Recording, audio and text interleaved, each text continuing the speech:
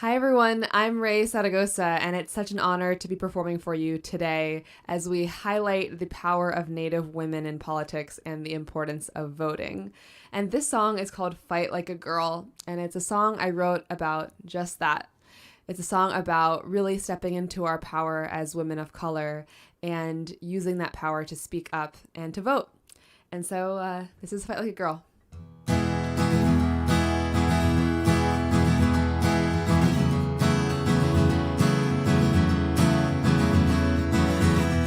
Grandma Nature, Mother Moon, show me what to do when they are taking our rights away, policing our parties. Easy, easy we go. It's repeating on and on.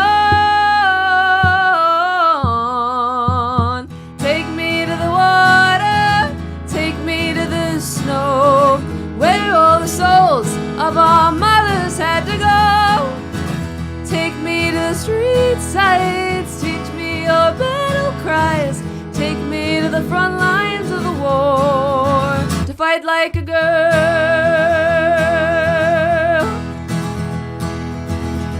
Send me knowledge, send me peace from when you were fighting for all the rights I have today. Our homes, our boats, our voices. Easy, easy we go. It's repeating on and on. Take me to the water, take me to the snow, where all the souls of our sisters had to go. Take me to street sides, teach me your battle cries. Take me to the front lines of the war to fight like a girl. Fight like a girl. Fight like a girl. Fight like a girl.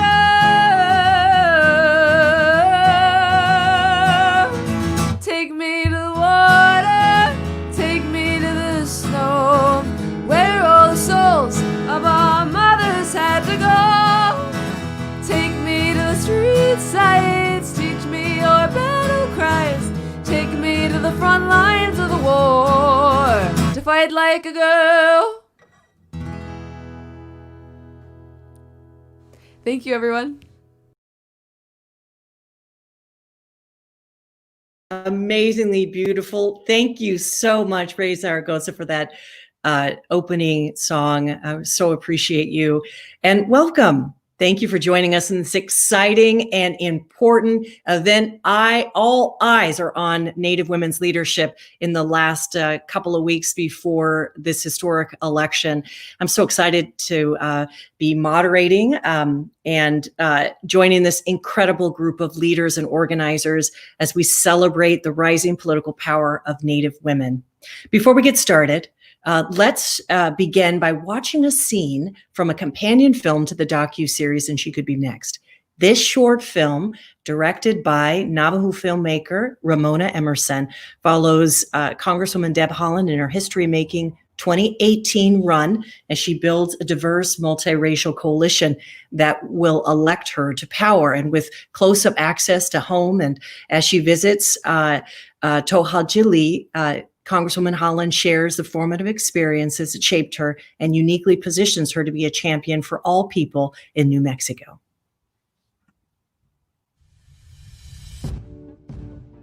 It's time for a new voice to be heard on Capitol Hill, and for all of the young folks out there to know that change is possible and that their voices do matter.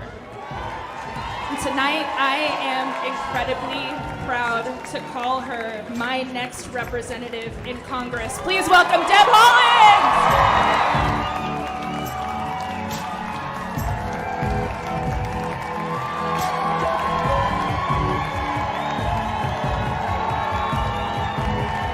Hello, Albuquerque!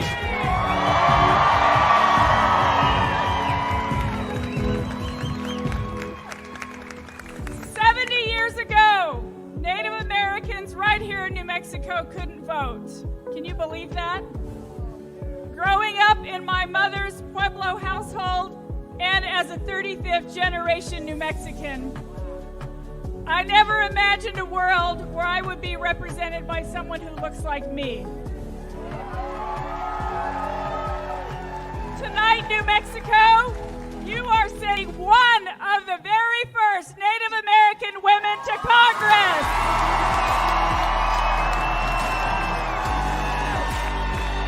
Congress has never heard a voice like mine, but when the 116th session of the United States House of Representatives convenes, it will hear my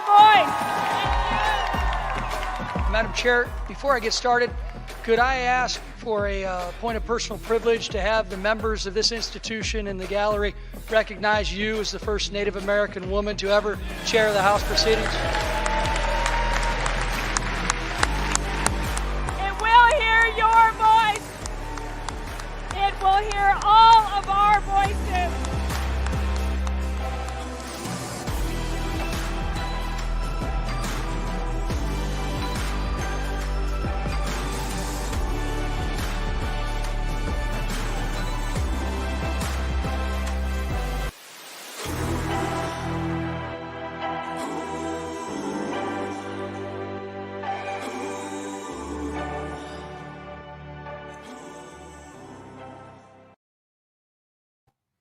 Oh my goodness. Watching that makes my heart just burst with pride and joy all over again. I wanted to welcome into our conversation our Congresswoman, Representative Deb Haaland, and Ramona Emerson, who's co-founder of Real Indian Pictures.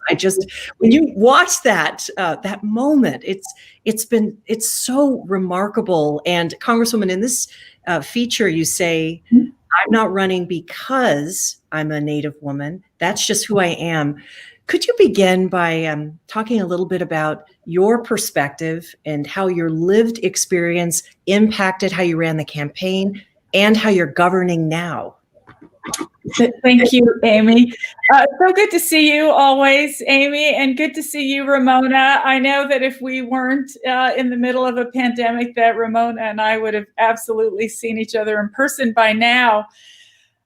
So sure. I mean, look, I was raised, my dad was in the military for 30 years. My mom, she had been in the Navy, but then she served 25 years serving as a federal employee. I grew up like a lot of kids, right? There was nothing, it's who I am, but my mother taught us certain things. You know, one of the tenets of Pueblo life is that we care about our entire communities, right? Like nobody wants to be left behind. Nobody wants to leave anyone behind. And so I felt like that was something that I absolutely embraced about my upbringing, but also what I felt our communities needed. And add on to that, I know what it's like to be a single mom. I know what my daughter and I were on WIC, the Women, Infant, and Children program. We had to apply for food stamps at one time, piece together health care. I mean, we lived the way a lot of New Mexicans live. We struggled through, and I just felt like that's why I was running, because I knew what it felt like to struggle, and I knew what it felt like to sometimes not get where you want to be. And so I felt like I could help people with that aspect of their lives, right? Raising people up as much as I could. How has your perspective in the last 2 years since you took office evolved as you've stepped in as one of the 2 first Native women to be in Congress? How has your own perspective changed? Right. Well, of course, I represent the 1st District of New Mexico. It's a very diverse district. We have farms, we have family ranches, we have, in urban centers like Albuquerque. In my district, Native communities in my district. So I'm absolutely honored and do our best. We work very hard to make sure that our district gets what they need, and we have a constituent services program, for example.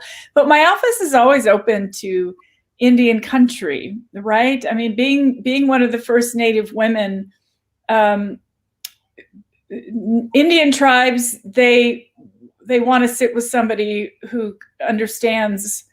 They don't have to start from ground zero, right? Explaining what the tribal sovereignty issue is, explaining what the trust relationship between Indian tribes and the federal government is. I sort of have all that as a foundation of my knowledge, so they can come in and just say, these are our issues and can you help us, right?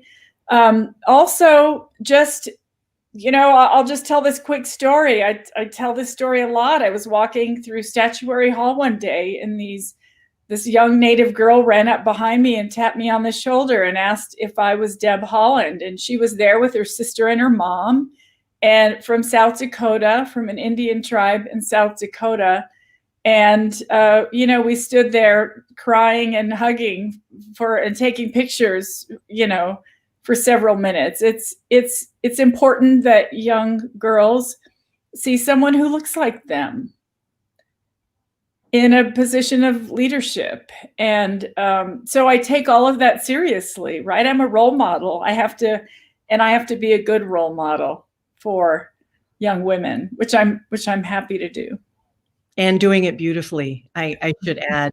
Let's bring you, Ramona Emerson, into the conversation. You were born and raised in New Mexico.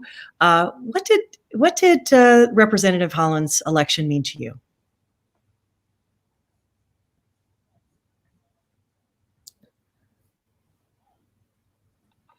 My vote has always been really important to me. When I was growing up, my grandmother would always tell me about how Natives didn't get to vote in this state until 1948.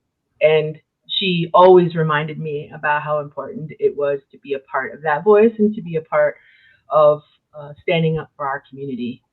And so when I saw that Deb was running, I already knew Deb because Deb ran for lieutenant governor before she ran for Congress. And she was the head of the Democratic Party here in New Mexico. Before she ran for office. So I already knew who Deb Haaland was, and I already looked up to Deb Haaland. And so when I found out that she was running for Congress, I was so happy to hear it, because it's important to have, like Deb was saying, it's important to have someone that looks like you representing you. And it had been something that here in Albuquerque, since I've been here, I hadn't had before, a Native woman representing me, someone who understands what it's like to live here in New Mexico as a Native woman, who understands the problems that we face and who can tackle them head on. And I knew right away that who I was voting for, and I was so ecstatic to we were finally going to have a Native woman in office, and I knew she was going to win from day one. Oh, you did. You had this. We're going to make history, and it's going to be. It's the thing that took hundreds and hundreds of years to happen. You knew it was going to happen. I have to ask you, Congresswoman Haaland. It's like if you think about your long life of being an organizer, which you've talked about publicly a lot. What finally led you to make that leap into running for office? You ran for lieutenant governor and ultimately running for Congress. So I was, there's this program in New Mexico. It's called Emerge New Mexico, and it's a political leadership training program for Democratic women. And one of my law professors called me one day and said, I think you should apply to this program. Well, I applied. They give you all the tools you need. They teach you how to stand up and make a speech in front of people. It's very, it's scary, but they teach you how to do things. Like you have skills by the time you finish with that program on how you can run for office. It still took me 7 years before I hopped into the lieutenant governor race. They taught me skills like making phone calls, knocking on doors, canvassing, things like that. I used that to get out votes for Indian country for many, many elections, and traveled all over the state because I care deeply about everyone's right to vote. And so when this seat became open, when it was clear it was an open seat. I thought about it for a while, and one of the first questions I asked was, can I win this? Right? I had built up a huge network across the state after all of my years of organizing, and I got a couple of my friends who I'd been working on campaigns with for several cycles, and said, do you think I can win? And they said, yeah, we can win. We can get the coalition together to win, but still, I faced criticisms. There were a lot of people saying, you can't win. You can't raise the money. You can't get your voters out. You can't build any coalition. You're not going to get elected. Here in New Mexico and even in DC, where there's consultants and so forth, they watch all these races, and they were saying, sorry, she's not getting out of the primary. I just feel like you can't listen to that, right? You have to be strong and fierce. In fact, that was one of my slogans, be fierce. We all have to step up when it's time. When men if you can ask a man to run for office, he'll say yes the first time. It takes women 7 times before they will say yes. That's a statistic that happens. So I persevered. I just felt like I set my mind to this. I want to see it. I want to get through Election Day. And now I feel very dedicated to leaving the ladder down, to making sure that other women and women of color can climb. And I've helped a lot of candidates since I was elected. And I will continue to do that because I think it's that representation truly matters. That's what I found out in my first term in Congress, that representation absolutely matters. It's something that people say, and some people might think that, yeah, it does, but I truly know and understand why it's important. And so I just want to say that to any woman who's thinking about running, representation matters. We're less than 25% of Congress, where women are 50% of our population. So we have a long way to go still. Yeah. One thing that you said that really struck me in the work that we're doing in your campaign, the work we did with we're doing with She the People, is building that coalition.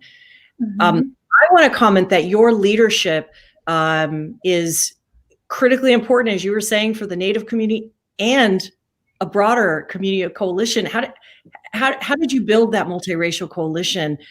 How is that working, like in real time in terms of governance? Yeah, well, look, I feel like look, that's all from my organizing work, right? I just learned how to talk to all different groups of people. And here in New Mexico, we have a really wonderful LGBTQ plus community that I have embraced for a very long time, and they came out for me. Right? I feel very proud that I have had so many opportunities to interact with different groups of people. And when it came time for me to ask for their help, they came through. And right now, in this time of reckoning in our country, when the Black Lives Matter movement has just sort of invigorated all of us to stand firm for racial justice, because we're tired of racial injustice. All that, Native communities also, we've all, risen up to stand with Black Lives Matter, because all of us have a stake in the future of this country.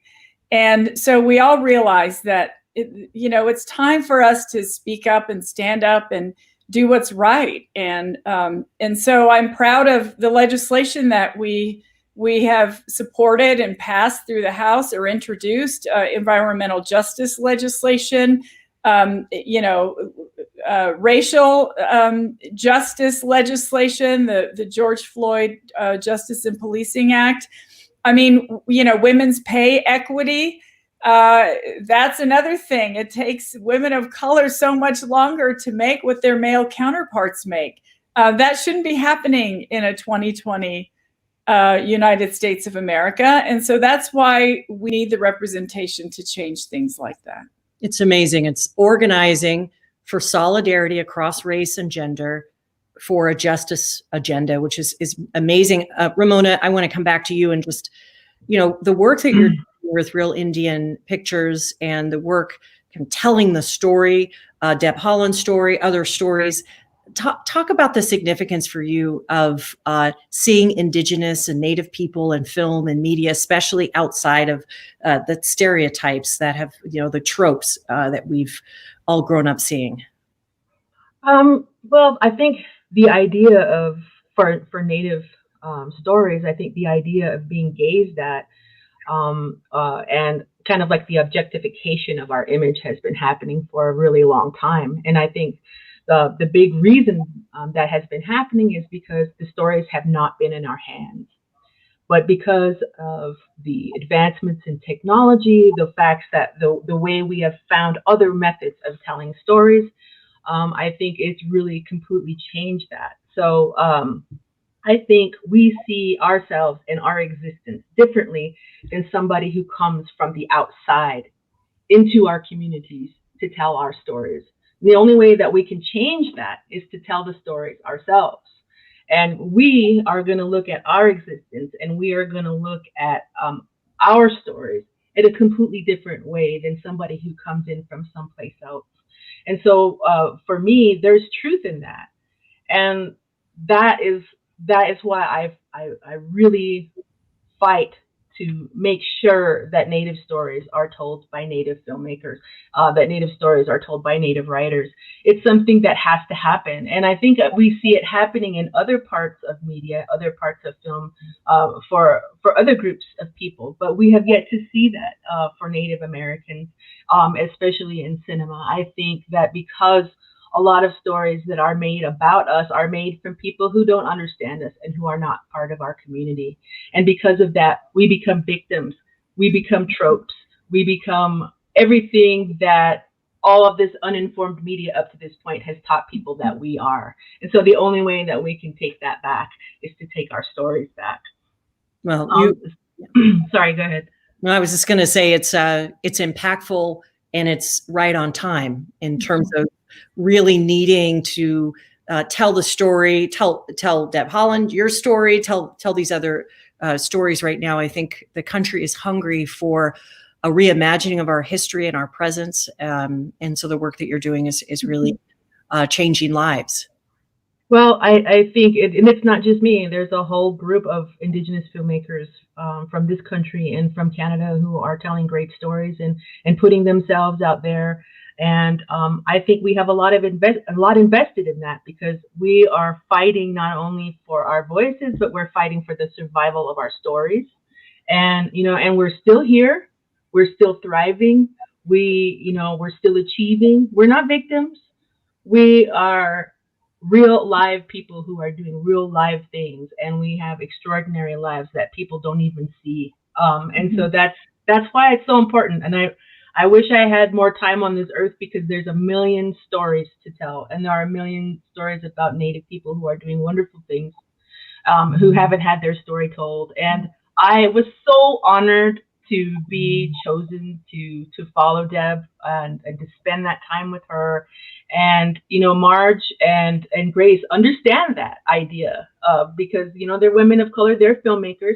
They understood that they needed to get a Native woman to tell Deb Haaland's story, and they went out and they found somebody to do it.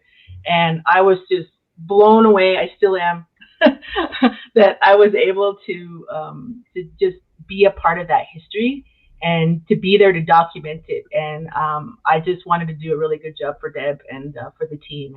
And I just want to thank them for including us in that process, because they understood the importance of Native filmmakers telling Native stories. So great. Beautiful. And you created part of Important Legacy, Ramona Emerson, co-founder of Real Indian Pictures. You're awesome.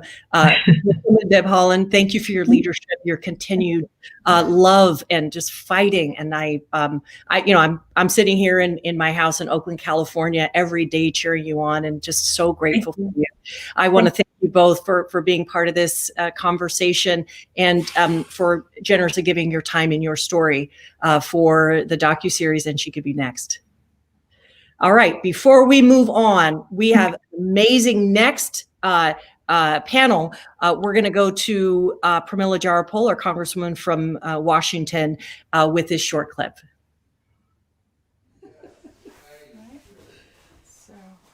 I know what it's like to be on food stamps. I know what it's like to get health care from the Indian hospital. I just know what it's like for families like mine. And I don't think the people who are working to knock people off of food stamps know what it's like to be on food stamps. So it seems to me that they shouldn't make those kinds of decisions if they don't know what it's like to live that way. And so I decided to run. The first thing I jumped to was, wow, we have a Pueblo Indian running for office. And that was my first thought. And my second thought was, go research her. Great, she's Native, but what does she really care about? Is she gonna fight for me? Is she gonna fight for our people? Is she gonna fight for money for her own camp in the Democratic Party? What does she fight for? It was great to see that she was a candidate, but it was more important to me to see what she stood for. I am not running because I'm a Native woman. It's who I am. And so I will continue to say that, yes, my perspective about issues having to do with this district in our state are the values that I care about, that Native people care about, that working people care about, and people want somebody they can identify with.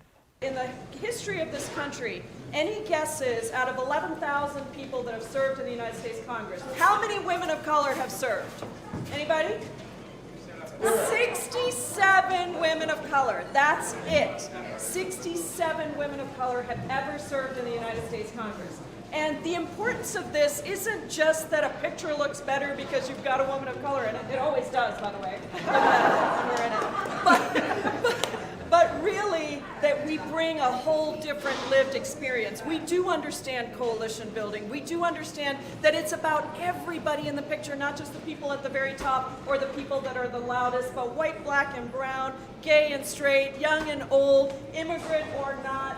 Everybody is part of this winning coalition to lift all of us up. And that's who Deb Haaland is. There are some people who run for office because of what they want to be. It's like, I'm a congresswoman now. And then there are these exceptional candidates who run because of what they want to do. That's what you have here with Deb. I believe that's what you have with Sochi. It sounds like that's what you have with all these incredible women running for the courts. And really, we have an opportunity. Amazing, amazing. And again, our thanks to Representative Deb Haaland, as Pramila Jayapal as part of And She Could Be Next. I am so thrilled to be inviting three amazing leaders. Crystal Echo Hawk, who's founder and CEO of IllumiNative, Judith LeBlanc, director with the Native Organizing Alliance, and Cordelia Falls Down, activist and graduate of Native American Studies at the University of Oklahoma. Thank you so much for joining us in this part of the conversation. I just want to start with you, Crystal. What, if anything, stood out for you as you looked at all the findings of the survey conducted, Indigenous Future Survey? Thank you so much, Aimee. And I mean, what a hard act to follow for the first half of this event. I still tear up when I see the footage, especially of Congresswoman Haaland presiding over the House. So I just have to acknowledge that. But yes, we're really excited about our Indigenous Futures Survey, which was a partnership between IllumiNative, the Native Organizing Alliance, the Center for Native American Youth, and the University of Michigan. And it was the largest survey ever conducted of Native peoples. And so we had over 6,400 respondents representing 401 tribes from 50 states. So that's surprising in itself, but also that 75, maybe it's not so surprising, but 75% of our respondents were women. And really women from the age of 18 to over the age of 70. We had just a really incredible cross-section and diversity between urban Indians and reservation, rural-based Native peoples. And so I think when we think about some of the findings that really, that were really pretty surprising, I think, is that one is that 77% of our people participated in the last election. So I think there's a dominant narrative out there. I was just reading a story over the weekend that Native peoples just don't vote, that we're not engaged. We're a small population, you know, and so oftentimes, I think even by the progressive movement, we're oftentimes minimized in terms of our role in the election. But I think, you know, we've been hearing for more than a year now that the Native vote was critical, especially as we started looking at battleground states, and that is proven true.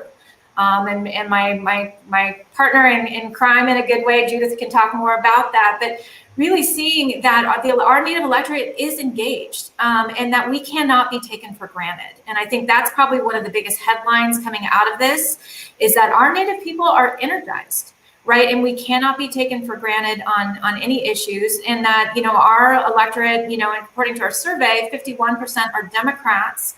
But also we see that I think 26% are independents. So that means, you know, don't take our vote for granted. And that when we asked, you know, kind of our survey respondents, what is motivating you? What motivates you to vote for a certain candidate? Their track record on Native issues is absolutely critical, right? It's really critical in terms of their platform. And so they're not necessarily always going to be motivated to vote against a candidate. It's really about what are you going to do for Native peoples, right? And so I think our people are very sophisticated politically. And so, you know, that's, I think, really critical. I would say the other thing, as we talk about a highly engaged Native electorate, is that we also found nearly 30% of our people, though, are facing voter barriers to voting. So I think it's something we really need to be watching very closely in the run-up to the election. There are definite concerns about voter suppression. And I think our young people are 1.5 times more likely to face barriers to voting, including lack of transportation is actually one of the top findings. I think the final thing I would say that really was just incredible from the results of the survey is that there was almost a consensus. It didn't matter gender, age, location, where you were, that there was a consensus around the most urgent priorities facing our people. And the number one concern is mental health. And I think that's clearly what we're in the midst of this pandemic that we're in. Mental health is really top of mind for our people. As is protecting our Native women and girls and LGBTQ plus communities from violence. We are facing an epidemic of missing and murdered Indigenous women, and that is very present in the mind of Native American voters, as is access to quality health care and caring for our elders. And I thought, you know, that was really not, I don't think, surprising to Native people, but when you look at, I think, a dominant narrative here in the US around COVID, it's only elderly people that are affected by COVID-19. And so it's almost like a throwaway. But for Native peoples, our elders are so central to who we are and to our lifeways and our culture and our language. So I think, you know, caring for our elders was also an urgent priority. Wow. That's an amazing survey. I'm hoping that I'll be able to read it myself, because as I'm hearing you summarize, this isn't common knowledge. I mean, this is gathering and sharing this key point. And I wanted to turn to you, Judith. How do those findings correlate with your important work doing voter mobilization in Native communities?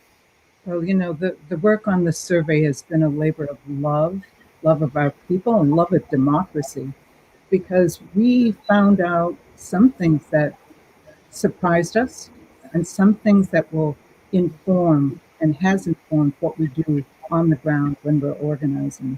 So, for example, we have a very active and vibrant communities, very active and vibrant, everything from being in the streets, especially in response to the murder of George Floyd, to being online and interrupting the narrative in social media.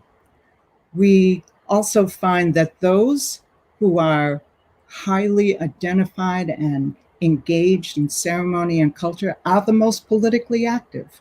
And that means people are reacting and thinking about how systemic racism affects our peoples. They see the need to take action online or in the streets. I also want to say that we have mocks on the ground, moccasins on the ground in 9 states. And we are working in some urban areas, but mainly on reservations. And the spirit that we're seeing is that people do want to take the protest to the ballot box, but people are also thinking about what's going to happen after Election Day. Of course, every day from now on is Election Day, but what's going to happen after? And it is very important to our people, and Crystal mentioned it. Over 60% of the people that we polled listed improving services for mental health, care for elders, addressing the violence against women, children, and LGBTQ people, and language preservation as the top 4 issues that they want action on. And they know our electorate is very, very educated. They know that voting is not going to solve that or our history, the problems of systemic racism and its development in the history of the US.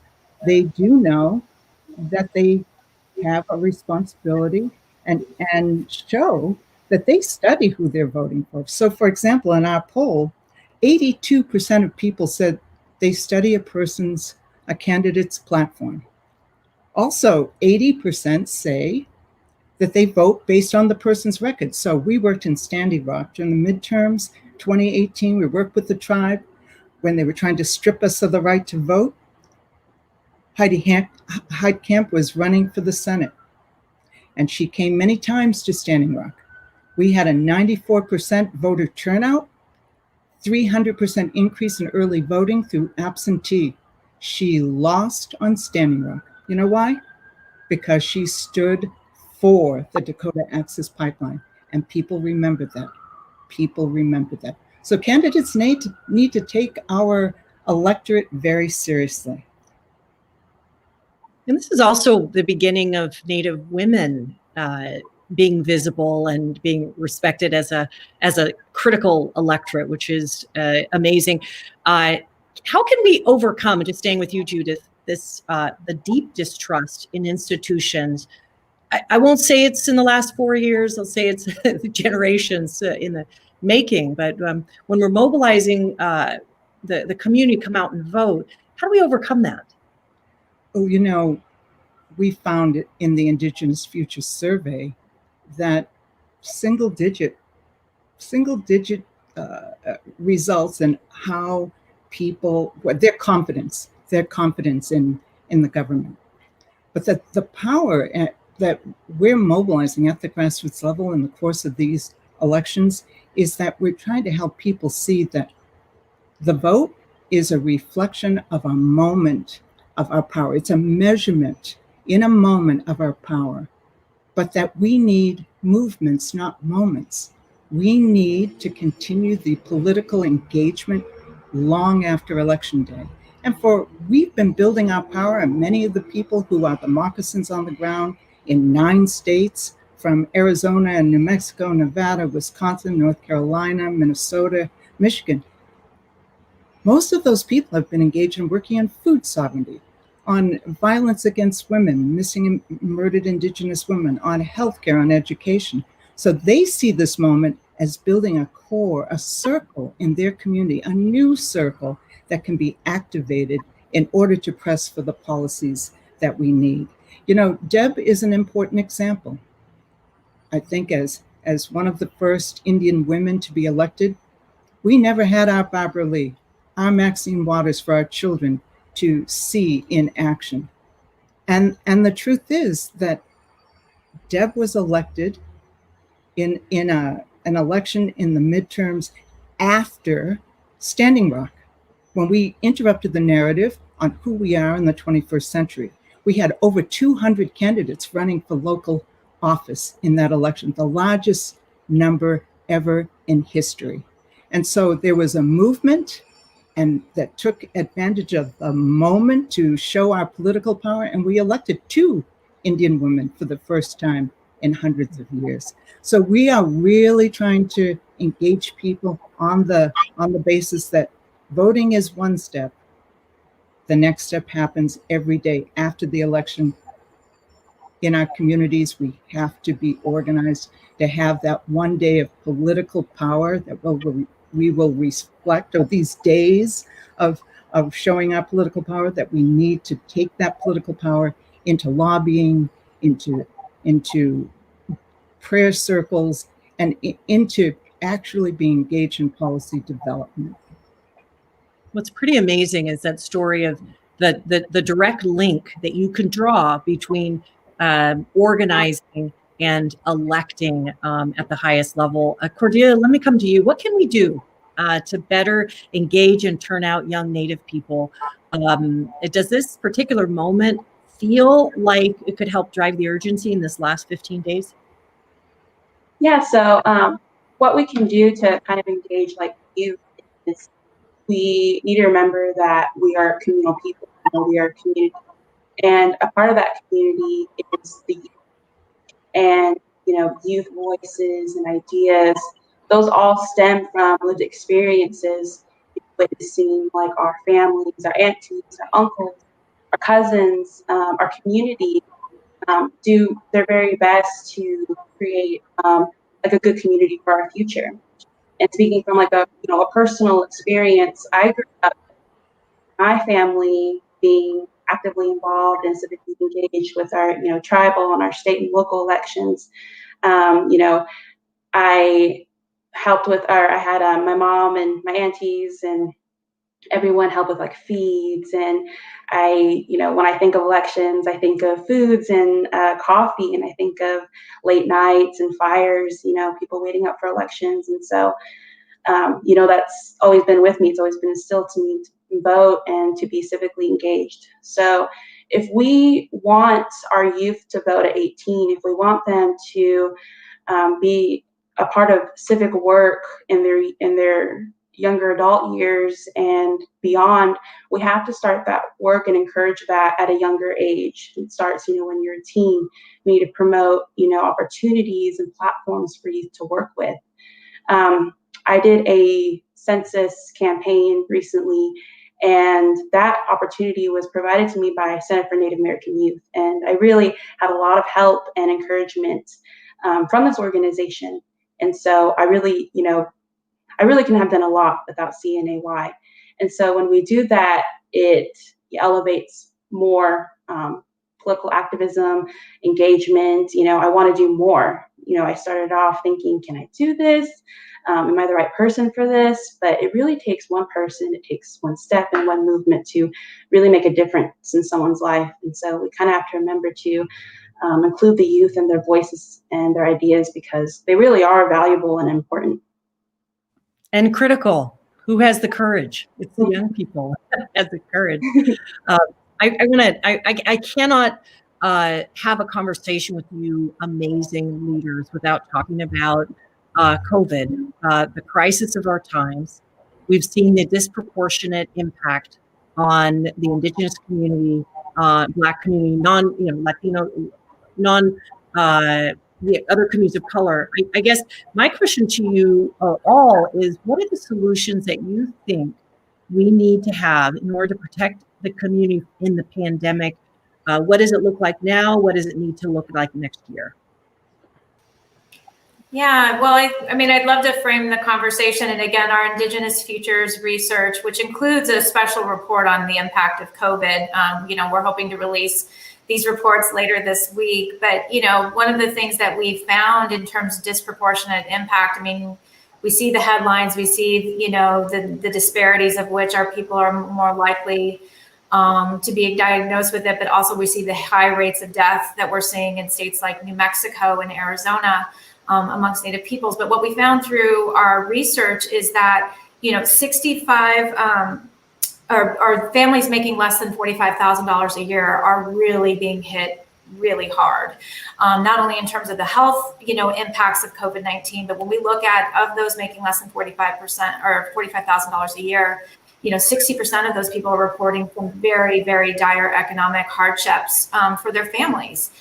We also saw really alarming trends that more than 50% of our people are having access or trouble accessing testing, even when they are symptomatic. And so we're seeing a lot of those disturbing trends around PPE. Also, we saw issues that just started improving only this summer in terms of access, but access to testing. Then again, really looking at the economic impact on our families. So this is really, something that we need, that I think is very much on the ballot. I think the federal government has completely failed in its trust obligations to tribes around healthcare, and existing inequalities and long deficiencies within the Indian healthcare system, I think, are only being exacerbated now by COVID-19. Cordelia, Judith, any thoughts? Well, when the COVID crisis hit, it showed in every community of color the disparities in healthcare and the impact of a lack of access to healthcare. And when you see the statistics of how many Indian families, 12% of Indian families have had a close relative, someone in their immediate circle, pass away from COVID. You look at the situation now with the uptick in COVID. Most of the states, out of the 40 states, have large Indian populations. So, for example, in North Dakota, where they have a very, very large outbreak, they're reporting today there are only 13 ICU beds in the state. When COVID hit earlier this year, it was reported that in Indian Health Service hospitals, there were only 33 ICU beds. The Navajo Nation had to sue in order to get PPE. And because they had ordered, just as the Seattle Health Board had, and requested PPE, and they got body bags instead. So this is a crisis. The COVID crisis is one that's hundreds of years in the making.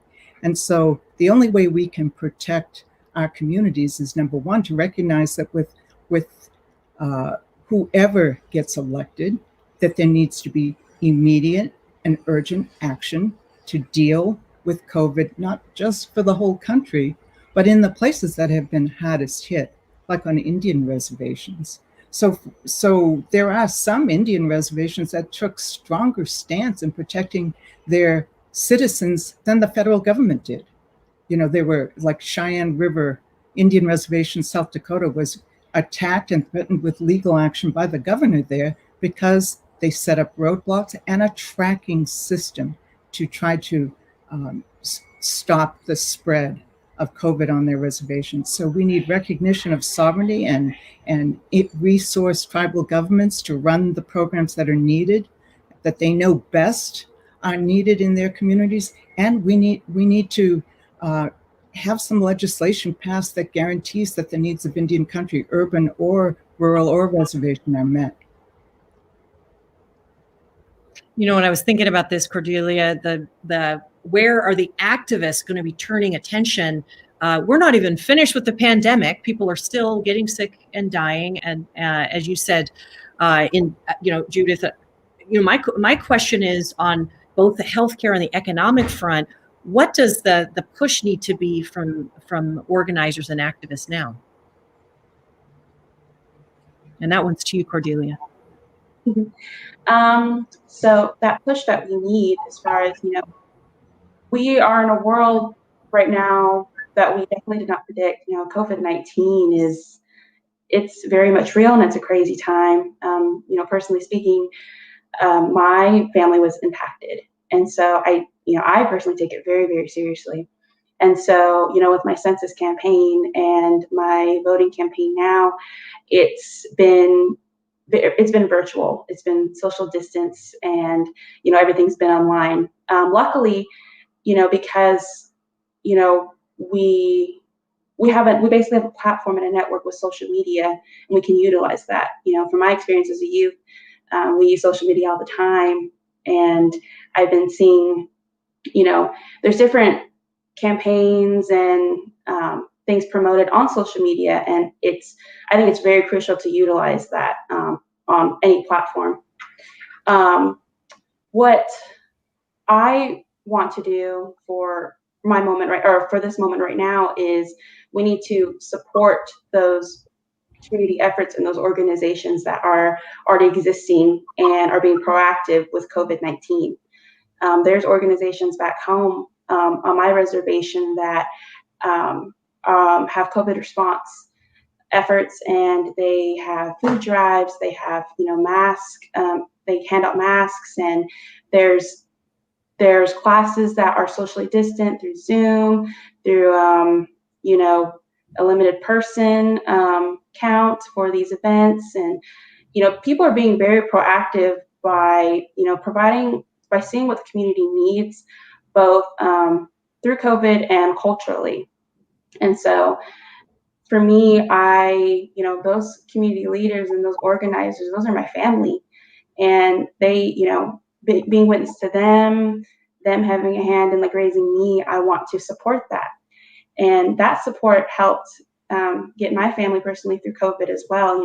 As I said before, we're a communal people, we're a large community, and our community brings everyone together. And that's what I really want to promote, is supporting one another through these community efforts, through COVID-19, through voting, through civic engagement, helping our elders, helping our peers and our youth, because with that power, we really can do anything. So for right now in this moment, we need to be safe and just do the very best we can for one another. It sounds like we need to lean into and follow the lead of organizers who are in the community. And Crystal, I want to come back to you before we wrap up. Crystal Echo-Hawk of IllumiNative, you have a couple of announcements. What do we do now? Thank you so much, Aimee. Well, really quick, we really want people to visit natives with an S, vote2020.com, nativesvote2020.com. Most voter registration deadlines are expiring now, but, really where you can go to our website is you can find lots of up-to-date information about the voting requirements in your state and even your county. And that's our biggest message to people, is vote early and really make sure you understand what the voting requirements are, really understanding the instructions if you're doing your mail-in vote versus when voting in person early, and how you can either, make a plan to either mask up or mail. And so that's, we really want people to go to the website and just access all that critical information. And then also, again, just to kind of give a shout out that our 2 reports on civic engagement and also on COVID-19 from the Indigenous Futures Survey Project will be released within the week. And so I just, again, want to give a shout out to our partners, the Native Organizers Alliance, the Center for Native American Youth, and the University of Michigan for helping us conduct this important research. And we hope that Indian country and the greater population is going to find this information helpful. I want to thank you so much. I cannot wait to read the report myself. I think this is so critical. Thank you very much, and congratulations for the release of the report. And we are at the end of this amazing conversation. Just want to express my thanks again to Raye Zaragoza for your incredible performance opening the event, to our representative, Deb Haaland, and our panelists, Ramona Emerson, Crystal Echo-Hawk, Judith LeBlanc, Cordelia Falls Down, our partners, IllumiNative, Native Organizing Alliance, and Pop Sugar, and of course, our viewers, you who have joined us for this amazing conversation. All right, now, before we go, a couple of reminders. And She Could Be Next, the fabulous docuseries, and I have just one little cameo, and it focuses on the story of Deb Haaland and her run for Congress. That's still available in streaming platforms. In fact, starting tomorrow until November 3rd, Election Day, the film is available for free streaming once again. To learn more about how and when and where you can watch, go to andshecanbenext.com/watch. And if you haven't already, Pop Sugar, you should check it out and look at the short featurette on Representative Haaland and her op-ed on the power of the Native vote in 2020. Now is the time, as we heard from Crystal, to make your vote plan. And for more information about how to vote in your state, visit, once again, nativesvote2020.com. My name's Aimee Allison, founder and president of She the People. It's been an honor to be here in this conversation with you. Thanks for joining us.